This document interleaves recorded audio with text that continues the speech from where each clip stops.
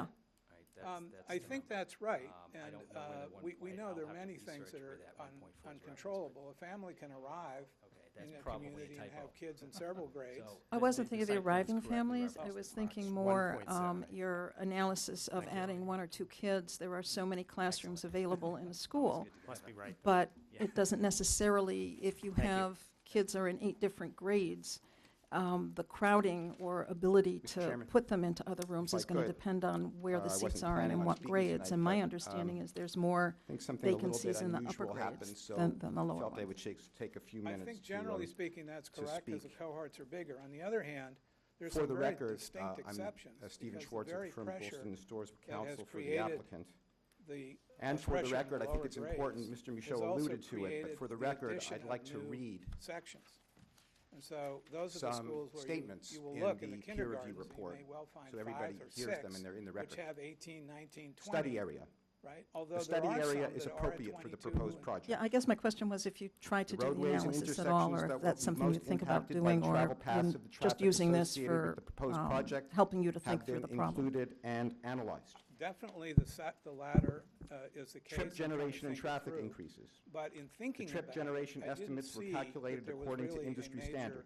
impediment, Trip since I've generation removed methodology is the appropriate for this classrooms that project. are already The traffic not study able appropriately to utilized take the higher an trip additional generation child. method of the two, And I also in want this to be case, clear, the ITE we data. would not be suggesting that Trip we should take a distribution. classroom that it's The at trip the distribution school's method is appropriate for the policy project. standard and adding kids.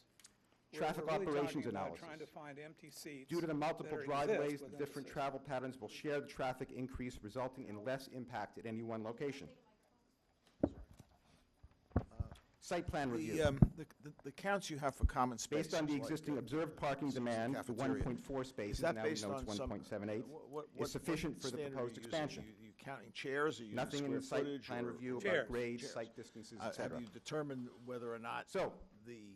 what are you going to those- believe? The existing spaces, for example. There are could- times when, due to a passage of especially time or where new the- circumstances, Where the need is relatively you small. know, you might have accommodate, a requirement have for not. further additional information. table. I have not. I can That's only not be the case here. anecdotal. I can tell you This that report is it's dated clear March that in 20th, some 6 days ago. cafeterias it's a non-issue. It was delivered to the and that applicant there 3 are business others which days are ago. currently overstressed. One I'm can told, speculate for what example, happened. that children at I'm not gonna do Devotion that. who have 20 But one can minutes speculate. are unable to go Apparently, through the food line and the cash Somebody line thought and eat. this was So, this clearly initial there, report was too positive. This is going to be a There's also an significant element issue of and fundamental would not fairness here. be very effective. On the other hand, As that would Mr. address the Michaud said, obesity problem. We expect peer review, and we thought we had an agreement with the town. Other That would give us an thoughts or opportunity to study it ideas or and present an adequate questions? response at the public hearing. That clearly So did not I'm happen try- here. Sergio, I'm just We're trying hopeful to that understand. going So forward, you take the that will be the 238 case. number, Yeah, Thank you, Mr. Chairman. or 220 if you subtract the suboptimal. right. How do you get to that F option where you save? Mr. Chairman, I'm making an just arbitrary wanted to, calculation make that in some, year one, clarification here. the I superintendent think could the find gentleman, 45 seats, which is roughly had what 2 classrooms read are. some of our And comments. in I each think he's subsequent reading out year of could find context. some additional And ones for through example, these you 3 know, sources that he, I think, the has proponents currently, was or 2 very anyway, that he weak has currently, and a third in one that may identifying need to be mitigation. added for the Okay, placement and of I think it children. was very clear The in third one our being the idea memorandum, that it indicated if you're a that late arrival, traffic calming, you may not, in needs to fact, be be considered, assured a seat you know, for this in your project. neighborhood or buffer. I think when So we had mentioned traffic just calming, we're referring to the rephrase? neighborhood street. So Okay, we're not Option just F, referring to Independent would Drive. Because this you would save 2 classrooms. study on right the very here, first study year. areas, That would An make basically up, assumption on my indicated part. that, That would Could be make up, more, you know, it could be the less. that would make overall up 45 students or so study is focused on Correct. out of the Independent Drive. 238 But possible the seats. study should also include, And the next you know, year, that if, same idea again, as so we you'd move accommodate forward, 90 in the course as of we the work first with 2 the years, which is proponent about a in third of the coming out with population traffic calming for the of neighborhood, seats. the Right. proponent So at would some have point, to you look cap at out, the you're residential gonna street, I go cap over out at such as 10. Russet, or 10, South 10, Drive, but 10 times or Beverly Street. 220 Those are the divided streets that's by 45. 22 right gives next you to 10. the development. Can I just make a point? You So sort of, how do you- though, how do you do arbitrarily traffic cap the calming? addition at One 1, of the because when you then process look of at 2 traffic calming students, is you need to know. You know, you're what's suggesting out one there classroom, today. but there are a Because lot at of some classrooms where you point, could add 2 whether students. That's So the way you exactly- sort of built it, race sort of intersection, there is whether more it's a capacity speed hump, I'm than the being one very- would suggest. You need I'm to being determine, very conservative if that's gonna be because, effective. as you know, if you look The at only the way to spread, find that while out there are is some you have to collect classes more that data. are at 22 So and 23 regardless now, of, there are others that whatever are the proponent had lower indicated, numbers, and you might be able to additional actually add 2 data that kids they in would the have to first year follow to form a and achieve baseline. the same So kind of a result. The But gentleman to Janet's just point, indicated about there are the variations trip in the distribution. populations He through didn't read the system. whole So paragraph it's not a because at the an- very an end of our obvious and paragraph, simple, we did say, however, fact, that which is one of the information was reasons not why I provided chose to be what I for thought the was very conservative Building 13 that's in the coming way out in which of this rolled out. Asheville. I know Okay, that Brookline has so the gentleman has to traditionally had read the a whole thing small out of student contact a to little. teacher There was ratio. no information provided. Are All we we aware asking of for anything is that clarification. suggests that While we agree that the there was a trip greater distribution tolerance is to prob- increase you know, that among it's, the higher levels, accurate, so the that methodology we are was no able to issue. relax that We're asking smaller for more constraint that information the to 6 through clarify 8 I have to Can what's start- I, can I going make a on suggestion at that we the, not actually get into traffic the that's policy coming debates out of themselves? Asheville. It's an excellent So I question, think but we could it's go really additional far down this road of whether or not information these are good and Oh, ideas data or that not. we the are most important point here is requesting, I and that's am all not we an are asking. educator, So I just and wanted so to, I can only make that read, clarification. and opine a personal view. I think we need Maybe others. mechanics of the model or how it works, rather than whether or not One these thing things that I are think is feasible or good important ideas. and I'm Okay. sensitive to.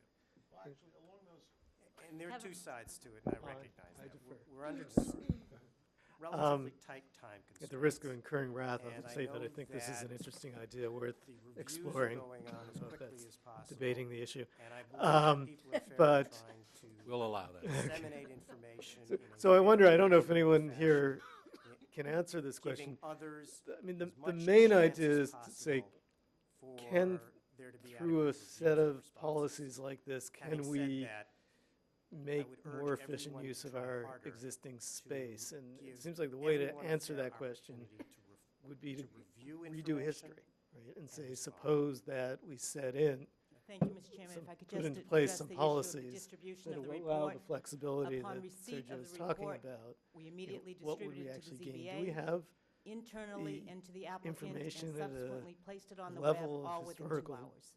granularity that would allow us to run the experiment? Just to be clear, we have no If- issue if with the my- here's my distribution of the report. response to that, I which think the is- board understands that.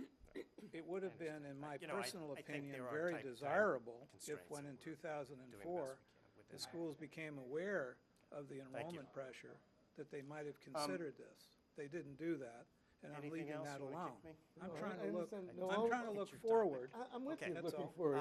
So But what the we best will do information I have to is look we are forward going is to to go back to continue the history and say, until the next suppose we hearing had date, run which is these April new the 10th, policies 7 in o'clock, 2004. Same location, I believe. What would we have The next and hearing will started be then? dedicated, What would be now in in particular, 2014? to storm water review, to and it looking will at follow in the terms same of order classroom usage? that you saw at tonight's hearing We wouldn't proceed, be looking and at an so we would override. expect to have a Well, response that's from the applicant what after I'm the asking is year whether we peer actually have review. the data I want to thank to everyone. confirm the suspicion. Yeah, I can run those numbers. I have them. We know what they are, and we've Thank looked you, Know at them. where people were aware and. Yeah, when. I mean, it's 10 You years. have pieces of it, right? I think No, I some, think we know from the information that the schools have provided about the population charts. Apparently, we have those from 2004, as it turns out. And so you can look at those numbers. can I ask a question? How would you do the only add 1 child per classroom? Some of them are easier, but that one seems to me to be the hard one to figure out. Because how quickly it would implement? No, how would you go backwards on that one? Because it seems to me that you're making assumptions about buffer zones, you're making I think there's a level of granularity that you would need that I'm not sure we have. I think it's fair to stay say within. that we don't know how many of those families would wind up not at their neighborhood school. That's probably a good statement. But Right, or how quickly a seat would become available at their neighborhood school. I don't know, maybe. I'm not sure we can actually do that. Again, going back to what I did early on, there is a great deal of flexibility already built in to the existing district and buffer zone system. There are a lot of kids who live in buffer zones and who could be assigned to either of 2 or sometimes either of 3 or sometimes either of 4 schools without violating the buffer zone policy. And you know, this is something I alluded to earlier. I went back to the 2012 to 13 kindergarten class where we actually used 32 classrooms for that class. And if you assign those kids, and again, this is sort of retrospectively, if you assign those kids in order to optimize classroom usage and assigned just the Brookline students, you could have saved 6 classrooms. You could have reduced 32 to 26 with 24 in a class, or you could have saved 4 classrooms, reduced 32 to 28 with 22 in a class, and you could have then, if you wanted to, added METCO and materials fee, stayed under 24, which is the school's target for K through 3, had METCO, materials fee, and the Brookline students in 28 rather than 32 classrooms without violating any buffer or district lines. Now, that assumes optimized assignments of those kids to maximize classroom usage. And you know, that would lead to a saving of 4 classrooms, and that's not being assumed here. Yeah, I've really been conservative there in assuming the 2. So you know, it's sort of indicative, and I wanted to add, with regard to that, we did have a discussion at one of the subcommittee meetings with Dr. Lupini about the assignment policy and how the assignment policy is done, and Sergio has alluded to one way to use classrooms more efficiently, which, as I understand it, was sort of a bright line that kids were assigned maybe under the existing system, and then after a certain date, kids might get assigned regardless of their district or buffer zone, and bust. Another thing that we discussed was, you know, rather than assigning kids to schools in the spring or early in the spring, pushing that back further, so that you, if a child was in a buffer zone, you'd have a better idea of which school they could go to, and you wouldn't have this bright line, but rather you would have a deferred assignment for all kids in order to more optimally assign kids to classrooms. So, you know, there are a lot of permutations and variations on how you could implement a different assignment policy. And I think the one that Sergio alluded to is not the only one. You know, the one that I just mentioned is not the only one. Lee? Yeah, there are a couple of points that I think we have to bear in mind. We're talking about this policy on a rolling basis. In other words, it would be initiated with an entering kindergarten class and then roll forward. We're not talking about, and Sergio's numbers do not reflect a flash cut across all grades.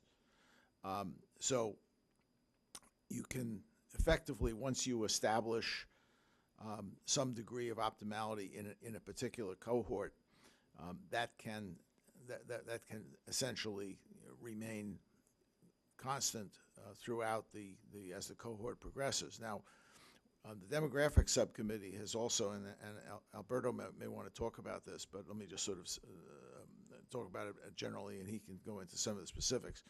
We've been collecting data on movement, both within the town from one school, from school to school, as well as movement entering Brookline at various grades and leaving Brookline at various grades.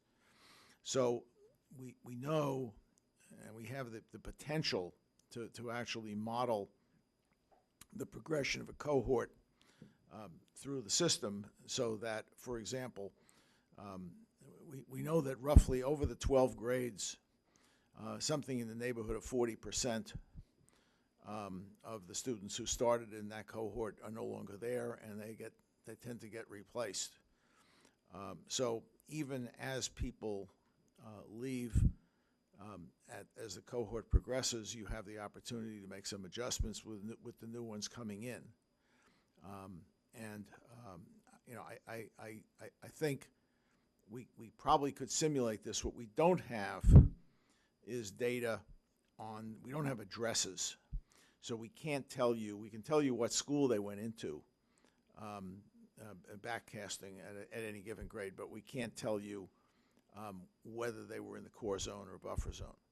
So we can't model with the data that we currently have that that level of granularity. But I think the main point is that we're not talking about a flash cut. We're talking about a rolling implementation. Yeah, and that is something also that I noted in looking at the data, and that is that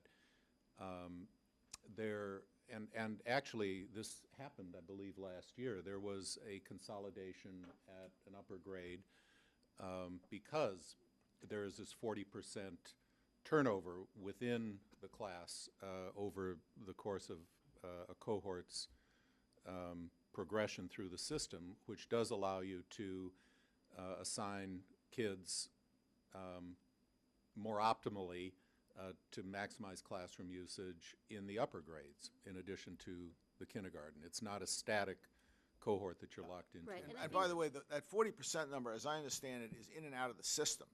It does not include intra-system movements. I believe that's correct. That's right. So I mean, that number's even larger. Yeah, no, and then what I think is really useful about this is that, look, we've said all along as a school system, it was part for years and years, that small class sizes are expensive, and having non-resident students are expensive, and having essentially the neighborhood assignment model is expensive because you get, you can't move children from building to building. So I think to the extent that we're relaxing those assumptions, and when a new student moves to Brookline in February and the response is you may or may not get to go to your neighborhood school for some number of years until a spot opens up, if that is the direction we're proposing with this, then I think what you've done a really terrific job of is quantifying essentially the cost of those policy choices that have been, as you said, implemented and held fairly up until this this budget crunch have been pretty taken as a given, and perhaps now they're not a given, and we need to have a robust debate about neighborhood schools and the cost of doing that, and so I think this is very valuable in terms of quantifying. I think that's really the only thing the this was costs trying of to the do. policy choices. The selection of the policies, if any, is not with this body. But here's some ways of thinking about the problem, which might be useful. That's really what this does. And I would, let me just add that I don't think that this analysis or the analysis that I did really undermines the concept of the neighborhood school. What it does is it preserves the assignment of children who are in a district that is not a buffer zone. It does make greater use of the buffer zones. That's not actually what I understood Sergio to say. What I understood. No, well, his okay, the analysis that I did, he gave one model for assignment. I'm sorry, I'm not looking at yours. I'm Okay. looking at his. So I'm looking at revised kindergarten assignment system, which says that if you show up after April 1st or whatever date it is. Yeah, some date has to be figured out by the superintendent. Whatever it is, and it might not be a date, as we talked about. It might need to be the last 40 kids, right? It's the last mile, if you will, right? It's not even a date. Good way of thinking about it. At some point, you need some number of children to be fungible, and you need to be able to assign them anywhere to make the numbers work mathematically. That's right. Right. I mean, So, and you would bus them around, and there'd be 40 kids every year that are bused, and that's okay. I'm not trying to say that. I'm not making a judgment on that as a policy. I'm just trying to understand what the assumption is and what the cost is of that policy choice. My point is that might not be necessary if the assignment of children generally was deferred to closer to September. I hear you. So maybe what we need is a B prime scenario. That is what Dick is talking about, because that's not what this one is. No. Maybe we need a different one. No, to I add think to it. they're a form of a revised kindergarten assignment system, and I was able, with pushing it to the limit and saying, look, we're going to assign these kids on the last day to save 4 to 6 classrooms out of 32. I think if you don't push it to the last day, the saving would be less, but it would not require busing. The analysis that I did not violate any district or buffer zone. It didn't move any child out of a buffer That's zone. fine. I'm not arguing that. All I'm saying is that whatever set of assumptions we're making, it would just be really clear, helpful to have that so that we would know what is the trade-off that we're talking about. That's it. I'm not arguing the policy point. I just want the footnote. So I would say, again, I found this very useful in the sense that, again, this is not all or nothing. This sort of, I think, just makes the point, and particularly if you go down the slide, it just sort of talks about the classroom reduction and what that means for potentially for individual projects. One point I want to make is I think it's important on the revised kindergarten assignment system. I think there are sort of two different things there that I want to just unpack a little. One is, could you perfectly or more efficiently place students? And the second is, do you have higher class sizes? So the base on which all of these numbers were built assumed 630 students, which may or may not be right, and 30 classrooms. So it assumed 21 students per class, which is roughly the town average, slightly under, which I understand to be 21 and a quarter. If you reduce 2 classrooms, you have an average class of 22 and a half. So you do have a higher, so it's not just efficiency, it's also higher class sizes, and higher class sizes than we currently experience. So I think we should be, and I don't think that there's an unfair presentation of that, but that is the consequence of that. So that's within the 22 to 24, but I will say there are two separate things, and I think they should be described separately when we get, at least I would feel more comfortable describing them. Yeah, an interesting corollary of that is that with less efficient assignment, you can have an average of, say, 21, but a variation from 18 to 24. With more efficient assignment, you might have an average of 22 and no class over. I mean, if every class had 22, you wouldn't have any class over 22. And we now have classes that are over the policy. Actually, there's only one currently, but that's right. Yeah, and some that are well below. So, you know, you actually could probably get closer to the policy without necessarily increasing class size, but they are related. But if you're, I guess that's the point I want to make. If you are in fact increasing the average class size, you are in fact increasing the average class size. That doesn't mean it's different than the policy, but I think those are different things to me. Right. You are increasing the average class size is increasing the average class size, but it is not necessarily increasing the number of large classes, and it might mean reducing the number of very large classes. If you take away if you increase the flexibility of where you can put them, right? There are two ways to increase class size. Either you move the whole distribution to the right, and then you've got lots of 29, not lots. You have a few 28s, 29s, or 30s, or you say, we're not going to do that, we're going to pluck them up and put them in a different school, and then you can move them over to the left side of the distribution. So you've moved up your average, but you've tightened the distribution. Yes. That's it. And this does both. Exactly. Right. No. But there are two ways to get there, and I think Dick's way got there a different way from Sergio's, which is why I was suggesting it be a slightly different scenario, because there are different policy effects of the two things that each of them I'm was going to doing. take a prerogative here and tell you have 3 minutes to conclude this section, because there's one more slide, and I want 20 minutes. You know, if you Got a lot of hands up. if you had chairs of this committee who took control, I know. I have one. You know me. I'm I have never one shy. fact Lee question. and then Kevin, we're gonna. Okay, I have one fact question for Sergio. You said there were 238 classrooms with at least one seat. Is that right? That's correct, based on Peter's information. Of those 238, if we take those 238 classrooms in total, how many seats do they have? Empty seats. There was like 800 and some, didn't? I did do a calculation which said that if you filled every classroom in the system K-8 to its policy, there are more than 800 seats available. Okay. Over 800. The actual number was just slightly over 800. 803 is what I recall. Yeah, but that also and that increases the average class size by like 3.5. Absolutely. It puts every classroom at the school's policy size.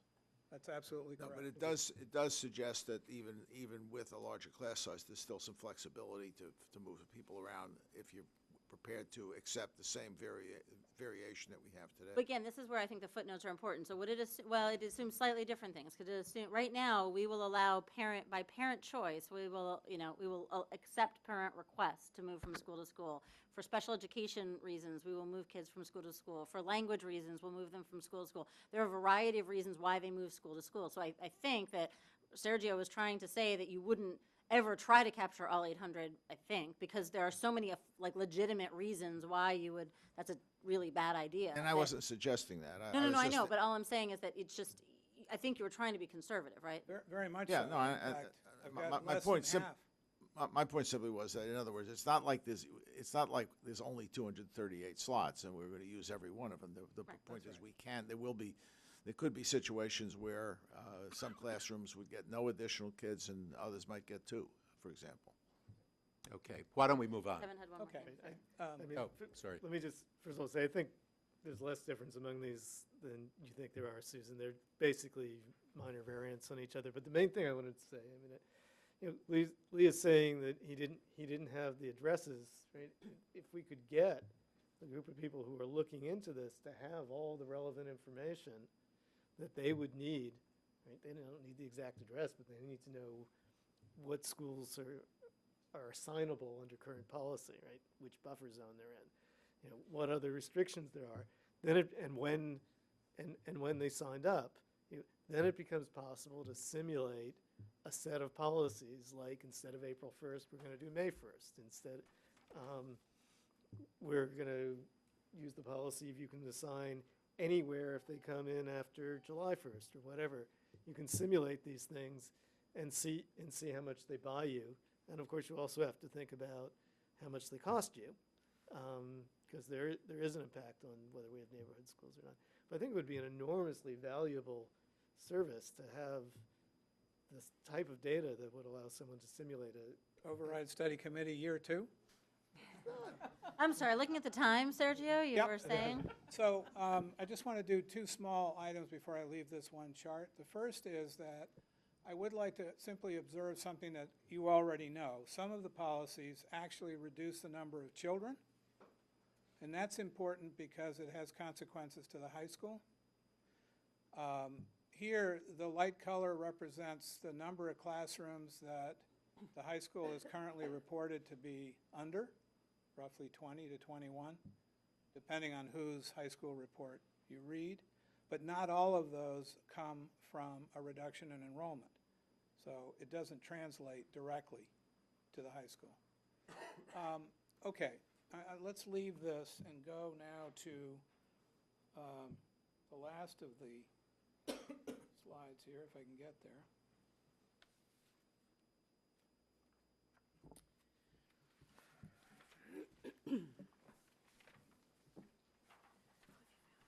And you have this handout as well. So in the end, we're gathered here to offer advice to the Board of Selectmen, the school committee. What was that? I missed it. Sounded very religious. Ceremonial. We're gathered here to. If you think if you think I look like a rabbi, it's not a coincidence.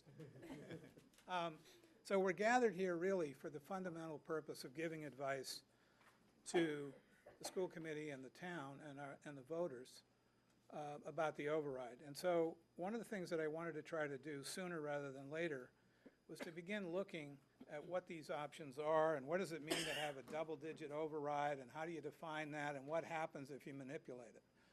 This is largely illegible to most of you. And so I think you're going to have to look at the handouts. But let me just tell you what's going on. Case 1, across the top, is what was presented to us by Sean and Dick in January.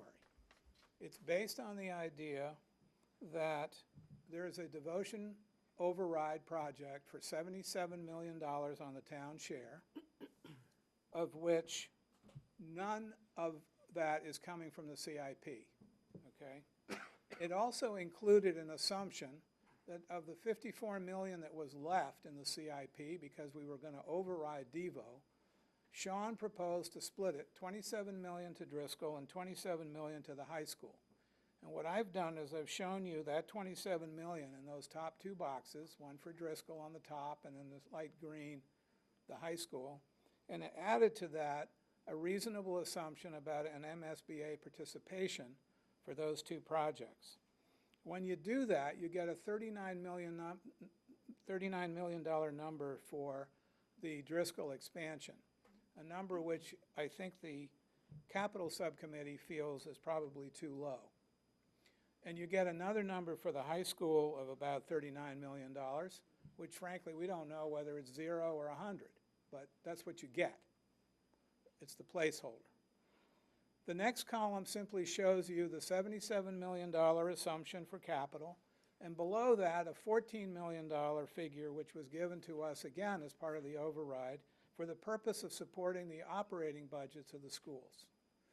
The debt service on that $77 million is in the next column at $5.3 million. In the next column, I've added up the $5.3 million and the $14 million to get to the override number that was published, $19.3 million. Next to that is the calculation done by Sean, which is that that was an 11% increase for the average single-family homeowner, as I recall. Next to that is a 3.6% number, which was reported as the annual increase that the average homeowner would face anyway, and the last column simply adds those up. So may I just interject? Let me just say that there was some discussion after the meeting about that 3.6% annual percentage increase. Some argued that we should use the 2.5%, which were allowed under Prop 2.5.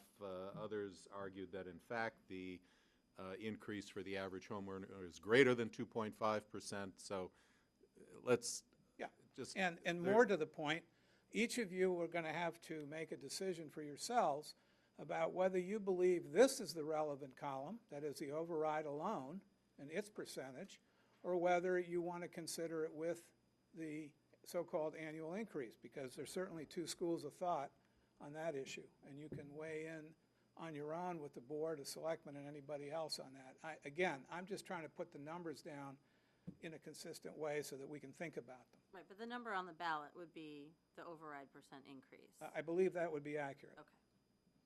Now, the number 2 case up here is very simple. It takes everything that was done in case 1, except it corrects the Driscoll number to be the $54 million that we believe is actually necessary for the expansion as currently defined.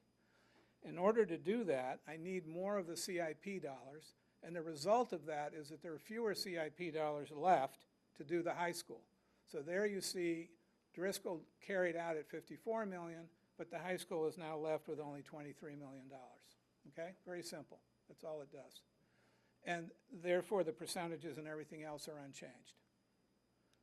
In the third case, I decided to try to take something from our earlier color chart, which was, supposing you were able to say that policies could eliminate the Driscoll expansion.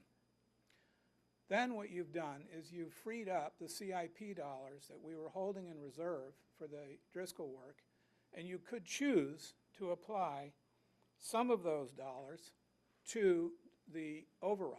So instead of trying to do an override for the $77 million town share, we could put some, and in this case I've chosen to put all of it. There's the $54 million now in the CIP column being allocated, so that when you look here in the column under the override dollars, it drops to 23. Why? Because 23 and 54 hopefully adds up to 77, right? And when you drop the override portion to 23 million, you drop the debt service from $5.3 million down to $1.6 million, and you see that there. That therefore changes the total sum of the override to 14.2 million, and that changes the percentage. There's an override that's at 8%. Okay?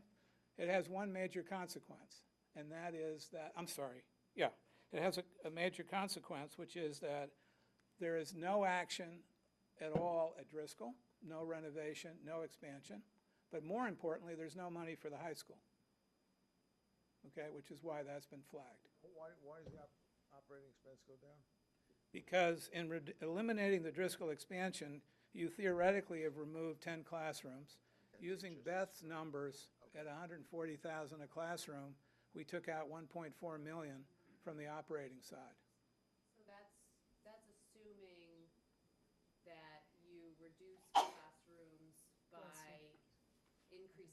size, not by reducing population, is that? No, actually, well, let me think about that. Say it again. It assumes, Well, so $140,000 per classroom, well, so there's a few things. So one is $140,000 per classroom is for kindergartens only. There's actually a range of, if I'm speaking off the top of my head, I think it's 98 to 140. The upper grades have a lower cost per classroom because then the number would be adjusted accordingly. right. And then and that is if you only lose the classroom. So that would be for class size related policies. If we change policies about non-resident students, there are other costs that you also would save, building-wide costs, for instance. You save more than just the classroom. So Sure, but I picked that up by changing the capital, right? no, like non-classroom support. Say specialists. Oh, I see. Okay.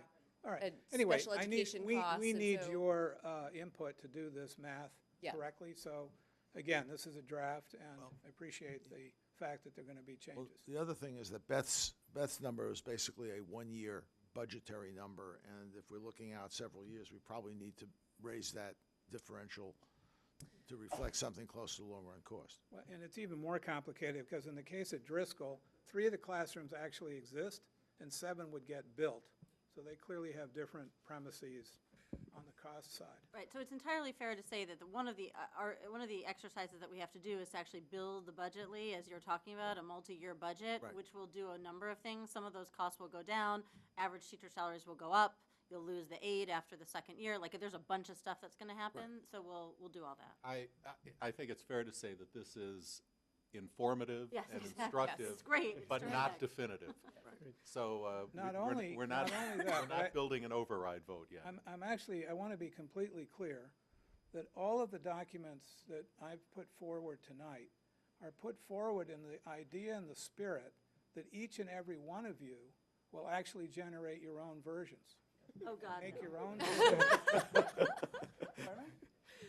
No, I mean, I'm dead serious. The frame is there, and you're able to now go in and manipulate and say, well, we need more operating, or no, we need less capital, and you're free to go. And I hope you will. So option 4, very briefly, is simply an example in which I decided to be completely arbitrary and find a solution that ended with an override plus the 3.6 that was not in 2 digits, meaning it's below 10%. Completely arbitrary exercise, and I was just interested what happened. I used the same CIP assumption that the money was being devoted to devotion. That reduced the amount of capital in the override to the $23 million. We have the lower debt service, and the only variable left at that point to achieve the 9.9% is to drop the assumption on the school's operating budget. And I remind you, it started at $14 million. It may have dropped to some lower number because we saved some classrooms. Here it's dropped to a little under $10 million. And that's a plug, right? It's a complete plug, right? It's exactly what I backed into on this exercise.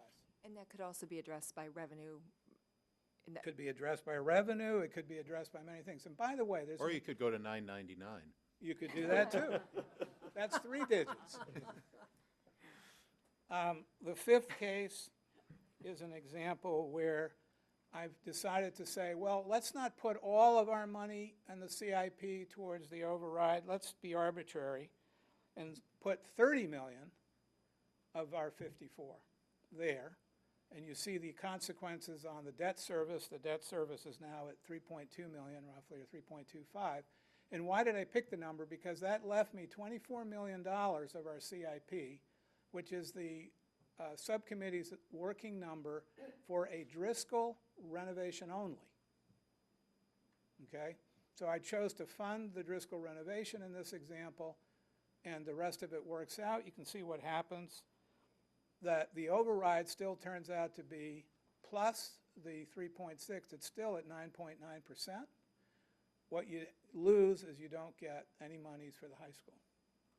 And you lower the operating. Why did you reduce operating? Because that's how I got to the 9.9%. Same. It's a complete plug. You have to remember that we're the capital subcommittee.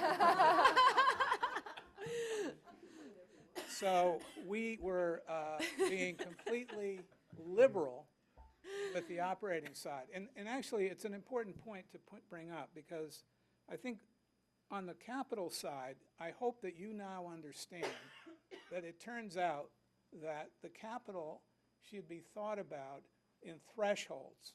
There are projects which you either do or don't, right? So saving a half a classroom is not as important as one, and saving 4 or 7 or 11 become more magic numbers because they relate to things that we're doing. The same must be true for operating. There have to be pieces, structural, catch-up, technology. I don't know what they are, but they have some similar quality where you want to make rational choices about what the number is, not a plug number, but a real number. And I don't know what those are, but I think that's part of what we're going to do.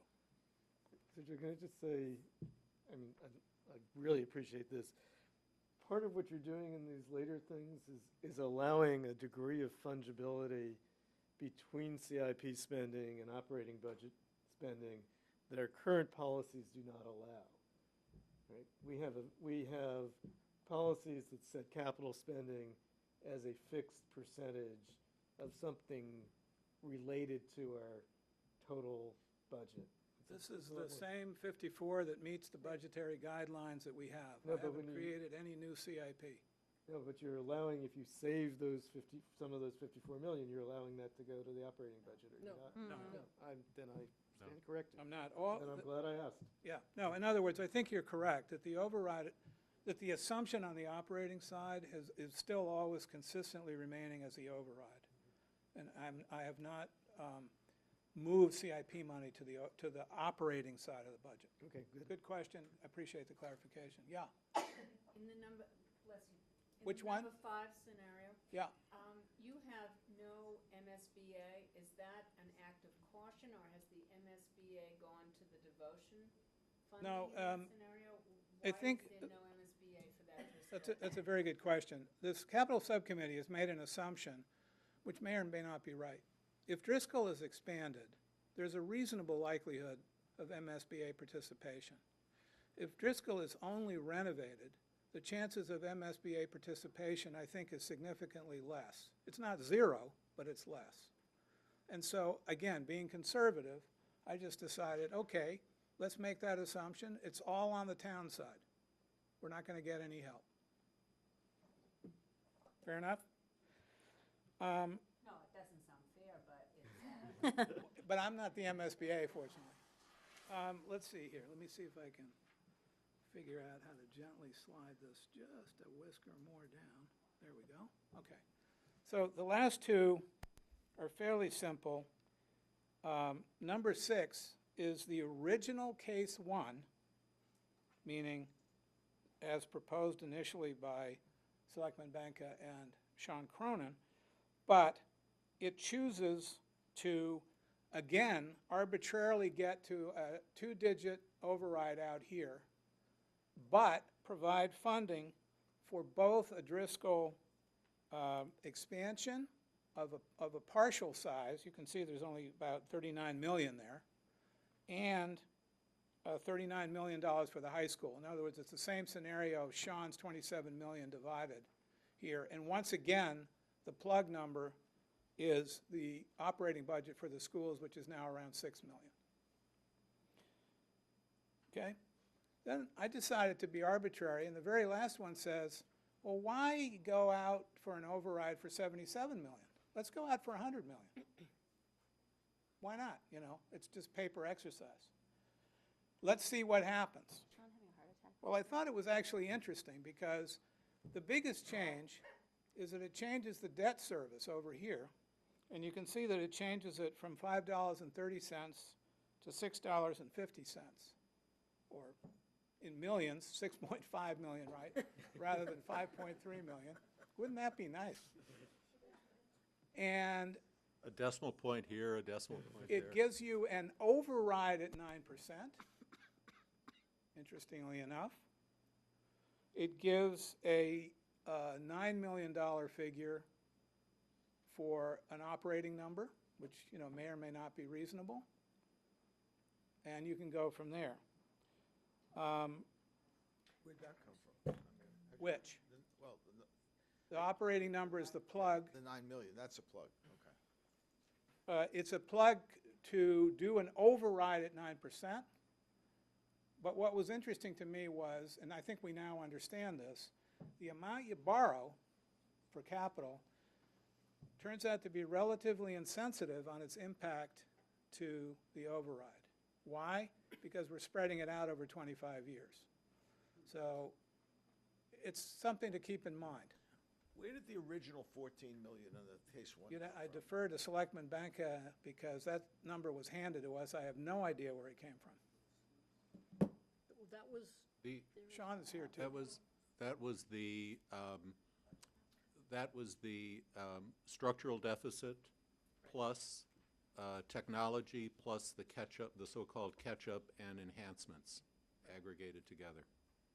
Yeah, Sean's nodding his head. So that's where it came from. It came out of the school committee. That was the total of the numbers presented to us in the October presentation by Sean and Peter Rowe, which was the structural deficit kind of going forward, plus the November presentation by Peter Rowe of catch-ups and enhancements, plus the December presentation on technology. Okay, now that is... The 1.6 million, not the backed up 800,000 technology? Was that the full-fledged? That was That was the everything. full ask. It was everything. Full, yeah. Full ask. Which has now been Yeah. restated because some of it's happened already, or in FY15. So anyway, this has to, but I think you're just a starting point, right? Yeah, So no, the I question, understand. question I have It's not an ending is on that OpEx number, some portion of that, I expect, is related to capital-related costs. If we don't build a new building, we don't have nothing to maintain. If we don't expand a building, for example, then maybe maintenance is somewhat less. So that might have some effect. If we increase class size but keep the number of without affecting the number of students, that's a different OpEx number than if, for example, we reduce the number of students. Exactly. So the question I guess I'm asking, and I don't, is there a way to tease those effects out of this number so we can look at the same kind of analysis, same kind of cases, except that on the We OpEx certainly side hope of it? so. I hope. isn't that kind of like the next step? Yeah. Yeah. Okay. I mean, those are the projections that we're trying to build. Right. No. Tomorrow morning, is it tomorrow Interesting. morning? I think Lee may be asking a more complicated question. I think I understand his question, which is to say that, so you have the operating, which then affects capital, which then comes back and affects operating again, because there's building maintenance and other things that are related to whatever your capital decisions are. So Well, I'm not sure the operating affects capital. I think it's the other way around. No, operating policies affect policies affect capital, capital affects OpEx. and then capital goes back and affects operating. And I think we're all in agreement that there are some direct operating and direct capital and indirect operating and indirect capital. So, Lee, to exactly your point, different policies affect different pieces of that equation. I mean, I think the structure this basic structure that Sergio has laid out is very helpful, and I think we can try to follow it both on the CapEx side and the OpEx side. It's just that the OpEx numbers right now are arbitrary, and I think that's where we have Right. to Well, focus. They're not arbitrary, but they're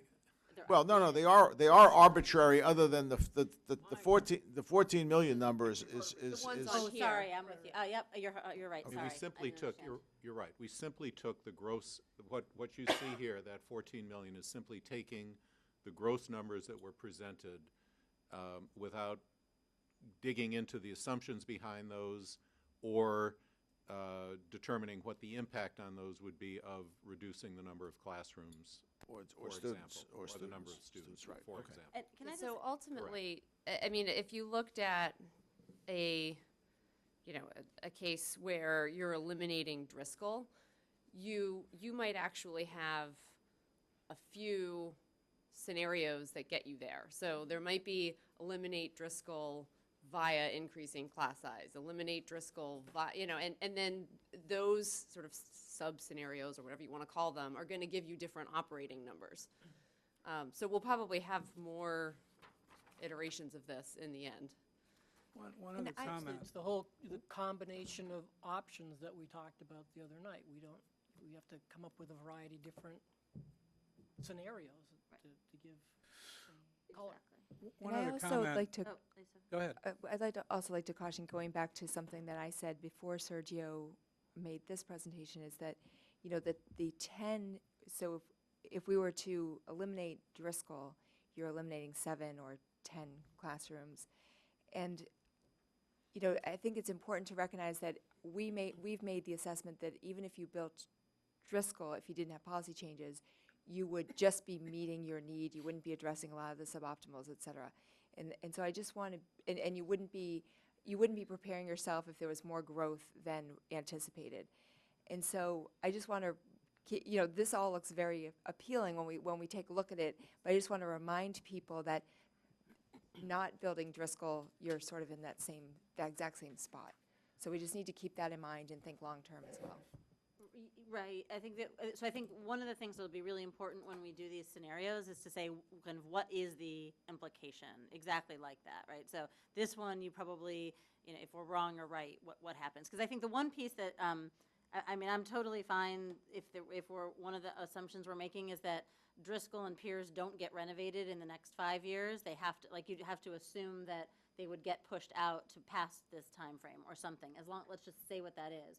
Or we'll say that, you know, high school is rising by to 2,500 and the amount that you get is 20 million versus the high school isn't rising to that level because you're reducing population, and so therefore only giving them 20 million, it's a totally different answer. So all I'm suggesting is that when we get here, it's 8-10 layers down probably before we can pull it back up to those. I guess the only other thing I would ask is when we do these scenarios that there's always the what if we're wrong question. So we're using 630 as the number because you can't do anything else, but somewhere before the end of this process we have to do the what if you're wrong, like, oh, for example, this fall we're getting 650 or something, right? So what does that mean? Because again, if we just solve the problem, then, you know, then that creates some effects. If you if you're wrong the other way, if you're overbuilding, what would you do? I mean, the answer up until now is you just backfill suboptimals, right? So we've got all these suboptimals. We're not going to build for them, but if we're wrong and populations start going down, then you start backfilling those suboptimal space, or beeps. You bring back beeps or whatever. So I think just the what if we're wrong is really important as a sensitivity analysis. Well, except We also have to, we're at the point, I think we're also at the point now we're approaching where we have to give a what if Hancock Village happens. That's right. So put Hancock. So right. So that's not in here either. well, but that's also not in the next.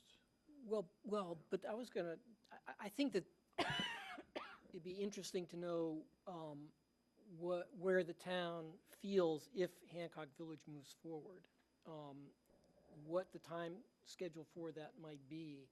And also related to that, to the extent that anything needed to be done at the high school, what's the timing of that? Because one of the things we've talked about is making sure that whatever we come up with, that there's a message to the populace as to what they can be expecting 2 or 3 years after they vote for this override. And I don't know if we need to try to factor that into some of our analysis or not, but it's certainly something that I personally am thinking about. Yeah, no, and I wonder if we don't have exact numbers, we can at least say it's out here to be dealt with in the next 5 years. One other thing, though, is Just a minute. Let me try to speak to the high school, because it's an issue that I share, and I think it's a very important one. I think what we have to understand, however, is the following. The schools have commissioned a study. Today we heard that a consultant has apparently been selected, and we should have some answers. I'm not exactly sure when, but it's probably summer. I'm going to suggest that until you find out what that study tells you, it's probably very premature to put any number to the high school. I was as much thinking about timing. Well, as that anything answer else. also comes. We know now, right now, that the high school will, in theory, based on the HMFH study, run into problems starting in 2017, okay? That's 3 years out. However, we also know that there are a lot of classrooms there which, between 2009 and 2013, got repurposed, 16 to 20 of them to be exact. One obvious policy is that for 17 and 18, for example, you reclaim 3 to 5 of those classrooms to meet the incoming demand, right? Pretty easy to do. You might even do it for 3 years. And by then, you have other options suddenly opening, including the fact that Old Lincoln will come online, having been freed from its current needs for the populations at Devotion and possibly Driscoll. So it's a very complicated question, which has answers for costs that go from not quite 0, but maybe 5 million, to potentially a 2-campus solution, which is now a number that nobody knows. Is it 100 million? On the capital side, forget about the operating side. Exactly. And what about Hancock Village? Can you give us a sense as to where that process stands and, you know, if it moves forward, how quickly it could move forward? It is, I'm not going to predict. It is before the ZBA now, and where it might go would depend on what happens during the appellate process. But okay, how about a range of time? You know, I mean, well, Not, it's going to go to the state Supreme Court. It's going to take 10 years. It's going to be. Can we say no sooner than something? I get. Let me see if I can get you Okay. a more Just, definitive answer. The other thing I wanted to say in response to Susan's, what if we're wrong question. One of the policy options that Cliff outlined the other night was the idea of capping non-residents at some fixed amount. In other words, that is fixed total, so that if we would say we would accept have a total of X entering kindergarten, and if that number is if the resident number is less than that, we'll take non-resident up to that amount. That's another way to address the what if we're wrong, is sort of by committing in advance to a specific number. It would vary the amount of the non-resident population that would be admitted, but it would tend to give us more predictability on the total size. And what it would require would be deferral of decisions about admitting non-resident populations until we knew better what the incoming resident population was. But that is one of the options that we should be considering. Exactly. Okay. I just wanted to make 2 small points. One is that in this chart, I happen to have chosen gradations by a classroom chunk, but I think it's fairly clear that you could get half classroom chunks from some combination of things, and you should not ignore that, right? And that's certainly a valid way. So it's got a richness to it that's implied, even though I haven't laid it out here concretely. The second thought is that the point that I think my colleagues have made about thinking about the future, I want to be clear that this chart is not intended to say that you should eliminate anything. It just says it's the equivalent of Lawrence, or it's the equivalent of Driscoll. I'm using that for impact, not because I'm really suggesting that you shouldn't do something. Okay? That's a very important point. I'm trying to help you understand how powerful fairly small changes in the way we do things can have over a period of 4 to 5 years. Okay? That's the point. And therefore you might say, you know what, we should build Driscoll no matter what, even though who's going to go in there are the suboptimals, or who's going to go in there are the beeps. I don't know what they are. It doesn't necessarily follow that just because we control the number of kids, you decide you're not going to build. It's just a way of thinking about what it would mean should the town decide that there are some opportunities here which are worth thinking about. And remember that under normal circumstances, most operations, a business, a town, a school system, should respond to externalities. You can't just say, full speed ahead, pass the money, right? That's what this is trying to suggest.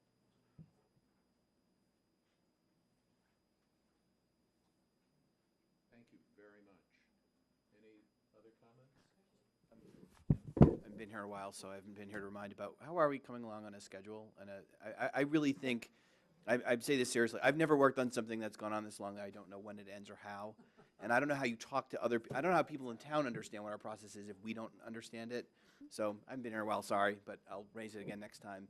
But if it would be helpful to have a subcommittee to think about steering and timing, I mean, I feel very strongly, man's greatest invention is a deadline, and we need one. So I think the deadline that we are all working towards with hope and prayer is the end of June. I think that between now and then, the big pieces of work are essentially what we've said, which is that the subcommittees have to wrap up their reports and that we need to do essentially some modeling that pulls this all together and be able to understand these choices in dialogue with each other. So to that end, I mean, I think one of the things that Dick and I did was try to frame out what are ways to reconfigure our subcommittees, not really reconfigure, but think about them a little bit differently to get this analysis done. So do you want to? Sure. There is actually an email that is going to be coming out to the chairs of the schools task forces and to the capital subcommittee, basically asking you to develop something along the lines of a 5-year financial model. And I know you're already talking about this, but basically to have those subcommittees and task forces working together to develop a financial model for the school's operating and space needs with scenarios in terms of changes that could be based on that model, much of what you've seen today in Sergio's presentation, and the revenue that would be needed under various assumptions from either override or non-tax sources. And the model would address the question of sustainability in terms of future revenue needs looking forward. Given, and this is really much, I think, of what you did in your last slide, Sergio, given enrollment growth over the past 5 years and the projections going forward, where are we headed and what steps would be needed to meet future budgets. The process, we think, would likely involve taking projected classroom demand, assuming the status quo with capital and operating costs, and then outlining reduced classroom demand with associated capital and operating costs, assuming various options.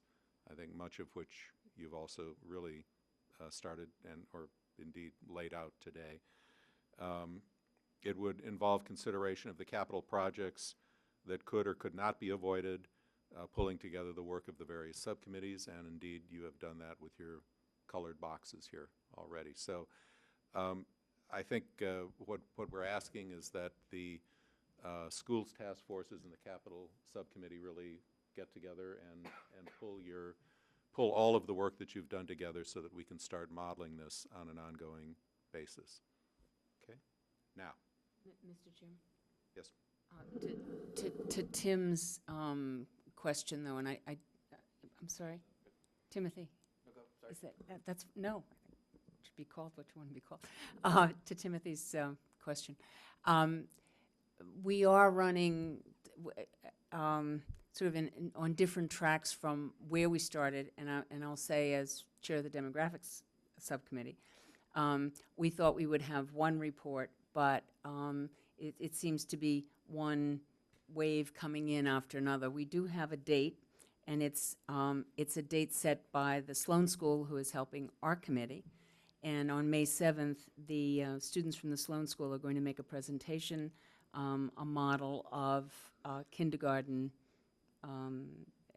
acceptance, and where we are with the kindergarten coming in. So that piece affects how we're moving along, which is different from what we thought we were going to report, which was going to be a critique of the MGT and where we are with that. So I think we're on. I really agree with you that we need to, kind of know where we're going to be with it. But I'll just speak for the demographics. This looks as though once we incorporate the Sloan report, we'll probably be working I don't know, Sergio Lee. Sergio has given me an assignment for next Thanksgiving to bring to dinner. I mean, this is more ongoing because of the nature of it and what's happened. No, it's helpful. Yeah. Maybe we can keep going, because there are a couple more emails that we're about to send to all you, so. Right. There's also going to be an email to the municipal subcommittee, basically asking, again, noting that it's time really to start pulling together the most important analyses that have been done and to develop them into scenarios for consideration by the full committee. And on the municipal side, this would involve identifying the various potential efficiencies, service reductions, or revenue opportunities that your subcommittee has identified, and providing your analysis of their potential savings and impacts. And we're aware of issues such as the number of fire companies, police and fire staffing, DPW equipment acquisition and staffing, street sweeping, solid waste removal, IT, that you've been considering.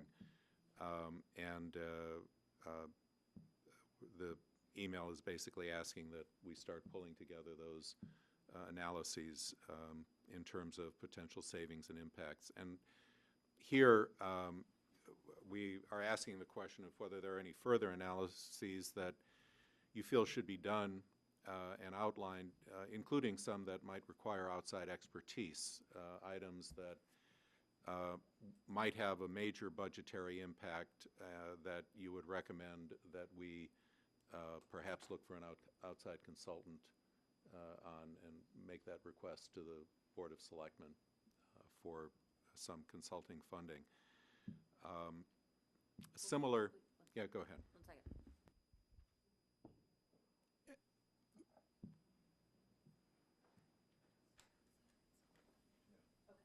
Well, Sorry, just to clarify. I want to actually Sorry, just to interrupt clarify. you. Can I just clarify that? So when we talk about a consultant, it wouldn't be a consultant that we would all wait for and do something with. It would be a consultant that this committee is recommending that the selectmen hire to do something. Okay, sorry. Sorry, sir. So here's what I'd like to do. I just want to remind us all of the following points. If you are trying to conclude by June, here's what you're going to miss. Sometime in July, August, a report on the high school. Sometime between September and October, an MSBA decision on the Driscoll SOI, are they going to play or not? Right. And in March of 15, a commitment to a funding agreement for devotion. Now, I'd submit to you that those are each one 3 huge capital pieces. So I don't know what you're going to ask us to give you in June. No, We got it. We're with you. And we're not meeting until March of 15. No, I just, just to be clear, I think what, and this, I thought we had discussed in an earlier meeting, that we really are trying to pull together the work that the committees have done to this point by June, and then we had talked about a September and October date, recognizing that additional information is going to come in. The March 15 date is so far in the future, but we recognize that there are other studies that are underway. What we had hoped is that all of the work that has been done now, that there would be a real concerted effort to try to bring this to coalescence at this point, so that it doesn't go on and just sit over the summer. Right. Can I say something? So can I just strengthen that, which is that, every 3 to 6 months for the next very number of years, we're going to be getting new and really important pieces of information. So I guess what I would hope is that we can build a model that when new pieces of information come in, that some group, the selectmen, the town administrator, the deputy town administrator, the school committee, the superintendent, the deputy superintendent, can update the model that we're building with that information and sort of recalculate our position, our course and position. So I don't think that this committee, if I have any say in this, and I might or might not, is going to be meeting into 2015, and hopefully we're not even meeting past the summer. What I would hope is that we can pull this together, that we have a model, that we say, here's basically what this thing looks like and what the major decisions are. Here's when you, selectmen and school committee, are going to be getting new pieces of information, and here's how you incorporate those new pieces of information. But I think for us to continue to meet throughout the fall is going to put everyone else on a time frame that makes them unable to do their work, specifically the selectmen and the school committee. I'm not so sure of that conclusion, but, I think the way that I was thinking of this is that the summer tends to be a time that people lose traction and committees lose traction, and I just hope that we'd be able to wrap up what we can. I guess am not so convinced that we will not have to gather together again, to quote, in the fall. But I think there may be some significant events, as you noted, Sergio, that will require some thought. What I had hoped is that all of the work that has been done to this point, including a lot that we saw this evening, will inform decisions of the selectmen and the school committee and the town going forward in this period that we're in right now, including fiscal year 15, and that people who are making decisions will be aware of the fact that decisions that are being made will have consequences down the road. And I think that this sort of analysis makes that clear. But I do think we want to get this pulled together. We also are going to be communicating with the schools task forces, asking that in addition to the space-related questions that I addressed earlier, that are kind of an interface between schools and capital, that the programmatic questions on the school side, like the programmatic questions on the town side, be addressed and pulled together as best you can now, with analysis of potential savings and impacts by the various subcommittees. And those obviously include the proposed catch-ups, the enhancements, school technology, and potential revenue sources. And again, there's the question of whether you believe that there is any issue that you would recommend an outside expert be involved in for longer-term analysis.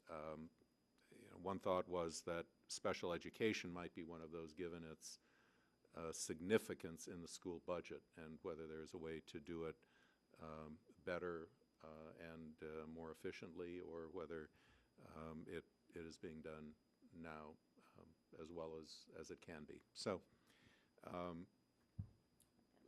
I think that's it, with a thank you to everybody, not only for tonight. And let me just say, Alberto, the revenue subcommittee is on this track, and finance is on this track. You basically to pull things together. We've seen what I think is virtually your end product at this point. Just in terms of pension, yeah, pension also. I just want to say the report is drafted. Yeah. And I have feedback that I have not had a chance to look at and incorporate, but none of the things we've said to you are going to change. Yeah. Just a reminder, next week, on April 2nd, we're going to be doing a presentation to the advisory committee. It would be helpful, we expect, hopefully, the co-chairs to be there, the subcommittee chairs to be there. If anybody, everyone else is welcome, since you will have 7 o'clock, since you will have things to say, I'm sure. The second thing is we'll be meeting the week after next. What I'd love to see, because there's a 2-week break, is if each of you can kind of come up with either your first pass at what it is that you're going to try to model. We don't expect a final model in 2 weeks, of course, but just how you're thinking about it, what considerations you're putting in there, then people can give you feedback on what it is you're modeling, so that when you go build the model, it's what people are helping, or hoping to see. Does that make sense? We want to know what our assumptions are going to be. Yeah, I mean, how you want to build it, what your sources of information are, what types of things you're gonna, what the assumptions are, what the scenarios are. She wants to know how many simultaneous linear equations you're going to have. Yes, I do. 200. May I make a request for the co-chairs to send that email to the municipal subcommittee so that at 7:30 in the morning, we can discuss the email in greater detail tomorrow morning? And then also, to Tim's point, we only have 13 Wednesdays left before the end of June, so it's a lot to do, and I'm not sure I can see the plan. Right, and one of those is a school vacation week. And one of them is the advisory, so that's 11 Wednesday. Well, there's town meeting in there. Yeah, well, we can meet 2-3 times a week if we need to. Or we can keep meeting this fall. just a Beth. Beth. Add to that, I can speak loudly, but, so I think that the emails are helpful for some guidance. I mean, I think a lot of those things are things we were doing anyway. I don't actually think that's what Tim was asking for. No, I know. So, I mean, I think ideally what would be really helpful, which I've said a few times, is here is the calendar of meetings that we have. Here are the ones that are happening. Here are the ones that are not happening. Here are the things that we expect to happen at those meetings. And even to start to think about, as we pull together a final report that synthesizes all these things, I mean, we have to start to think about what is the process of actually doing that, which we haven't even begun to think of. So I at least from my perspective, that when we say a roadmap, I think that's what. So part of the problem is that when we do have deadlines, people miss them. So I have to say, as a co-chair, I'm not hugely confident that if we did set out deadlines, people would meet them. If you want, we can try, and I'm happy to. I mean, it strikes me that the way to get. I mean, I think we need something that ends at June 30th and has the dates set back Fine. into it, so we know that we're Fine. behind. Yeah. Fine, we can do that. Yeah. All right. I've told Susan that, and I don't know. Yeah, I was going to say. You can tell which one of us. I know. Thank you all very much. I was in the airport terminal, then in a taxi. That could be great. I miss you all. At some point, we do have to have a meeting just to figure out how to do the final stuff that they want from us. Yeah. I would love to, well, I want